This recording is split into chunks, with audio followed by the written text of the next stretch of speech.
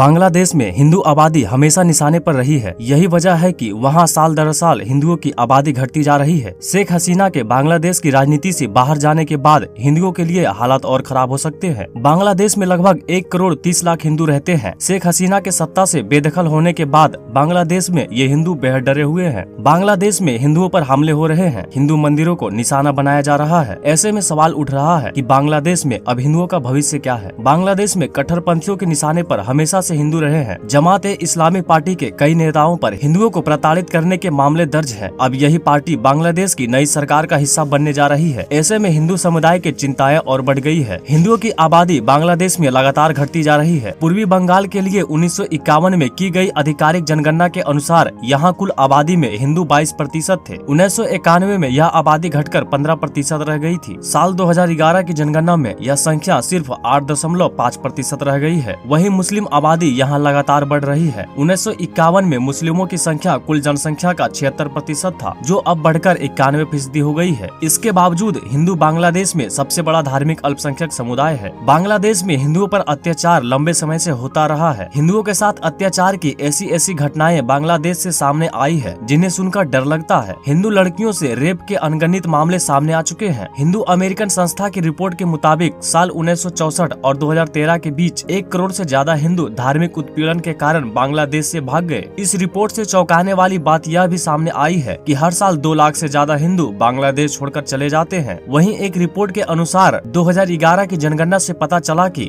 2000 से 2010 के बीच बांग्लादेश की आबादी से 10 लाख हिंदू गायब हो गए और कहीं भी इस बात का मुद्दा नहीं बना। बांग्लादेश में 5 अगस्त 2024 तक प्रधानमंत्री शेख हसीना के नेतृत्व में धर्मनिरपेक्ष अवामी लीग सरकार सत्ता में थी और वो भी बीते 15 वर्षों से। फिर भी हिंदुओं पर होने वाला धार्मिक उत्पीड़न कम नहीं हुआ। अब आप सोच सकते हैं कि जब शेख हसीना सत्ता से बाहर हो गई है और उनकी धुर विरोधी कट्टरपंथी पार्टियां मिलकर सरकार बनाने जा रही है, तो हिंदुओं के साथ धार्मिक उत्पीड़न का स्तर कितना बढ़ जाएगा, इसकी सिर्फ कल्पना करके दिल सिहर जाता है। इसका ट्रेलर दिखना भी शुरू हो गया है। बांग्लादेश के हालात लगातार बिगड़ रहे हैं। लोगों को निशाना बनाया जा रहा है। निशाने पर हिंदू मंदिर और सांस्कृतिक केंद्र भी है। बांग्लादेश की राजधानी में सोमवार को उपद्रवी भीड़ ने एक भारतीय सांस्कृतिक केंद्र में तोड़फोड़ की और देश भर में 4 हिंदू मंदिरों को नुकसान पहुँचाया। बांग्लादेश के कुल 64 जिलों में से 21 जिलों में हिंदू आबादी है। यहाँ कई बार दंगे हुए, हिंदुओं पर अत्याचार हुए, मंदिर तोड़े गए, लेकिन इन परिवारों ने देश छोड़ने से इनकार कर दिया था। मगर इस बार सब्र का बांध टूट रहा है। गांव-गांव में हिंदुओं के मंदिर और घर जलाए जा रहे हैं। बॉर्डर खुलते ही 3 से 4 लाख हिंदू पलायन कर जाएंगे। वे कहते हैं अब हमारे पास पलायन के अलावा कोई विकल्प नहीं। कल के हालात देखकर बड़ा दुख होता है कि हिंदुओं की जान की कोई कीमत नहीं है। हमारा मोदी जी से एक अनुरोध है कि जल्द से जल्द सभी हिंदुओं को भारत में शरण दी जाए। जय हिंद, जय सनातन।